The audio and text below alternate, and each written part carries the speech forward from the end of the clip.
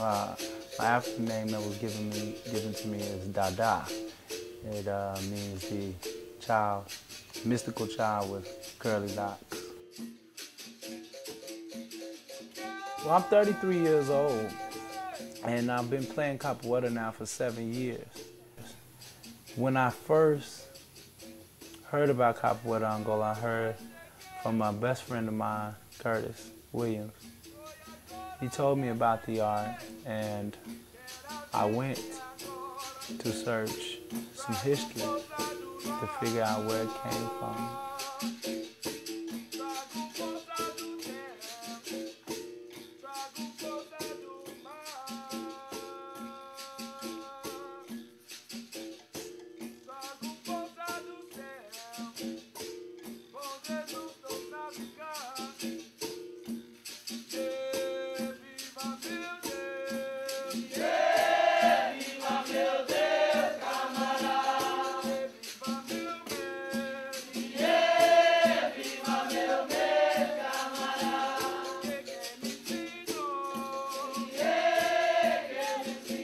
In Portuguese, the roda means a circle. A circle is a place where spiritual ritual and shared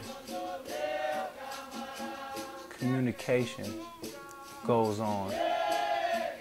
And the roda of Capoeira Angola also comes from that same African circle that we see within all African cultures and a lot of our other indigenous cultures as well.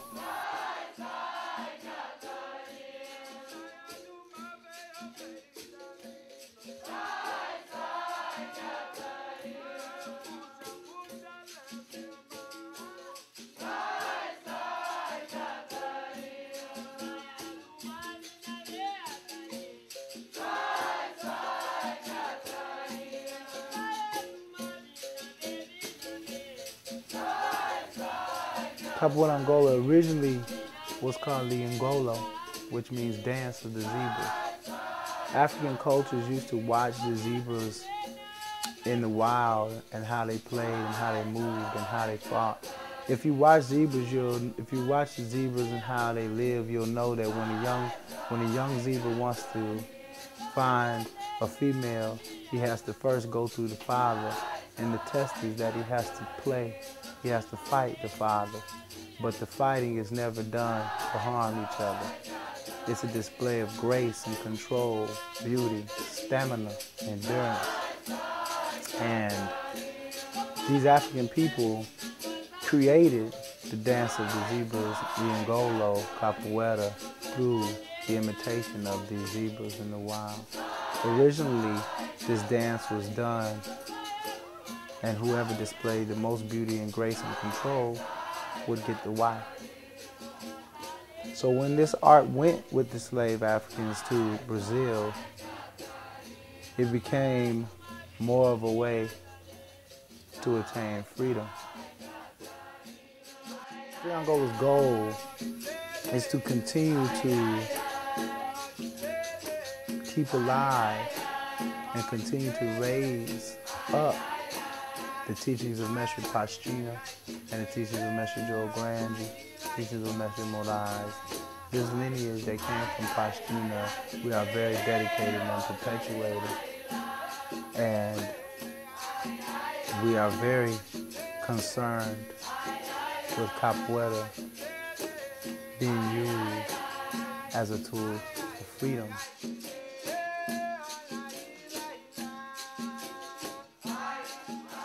Original capoeira was capoeira Angola. What happened was Mestre Bimba decided to take capoeira Angola and change it.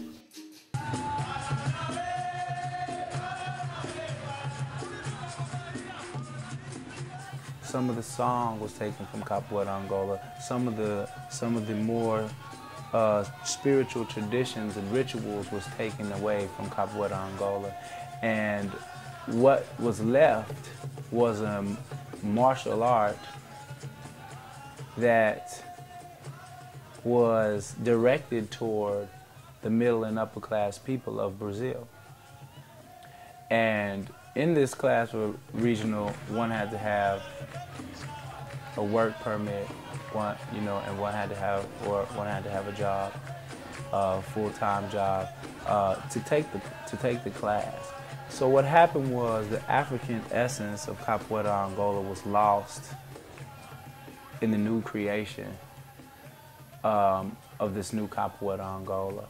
So I think the difference now is that Capoeira Angola is much more fluid, it's much more loose, it's much more spiritual, it's much more traditional, much more ritual, and versus Capoeira Haitian now. Without the music of Capoeira Angola, there is no Capoeira Angola.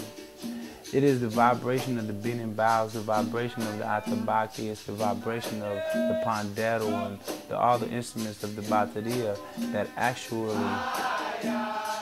move the person in the heart.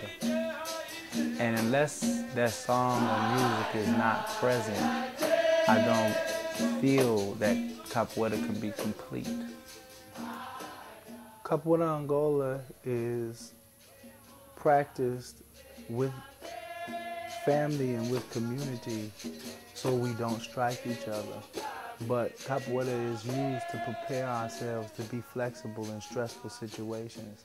And when the time comes where you have to really defend yourself, yes, you will use Capoeira consciously and unconsciously. I believe the Capoeira should be used for one to come into themselves, to learn more about themselves. When you become the Capoeira Angola, it's like becoming a child again. You have to learn how to walk again. You have to learn how to talk again. Capoeira Angola is a conversation, it's a dialogue between two people. So you have to learn a new language. You have to learn to walk upside down versus upright. So I think that Capoeira Angola definitely is a means for spiritual, physical, and mental freedom.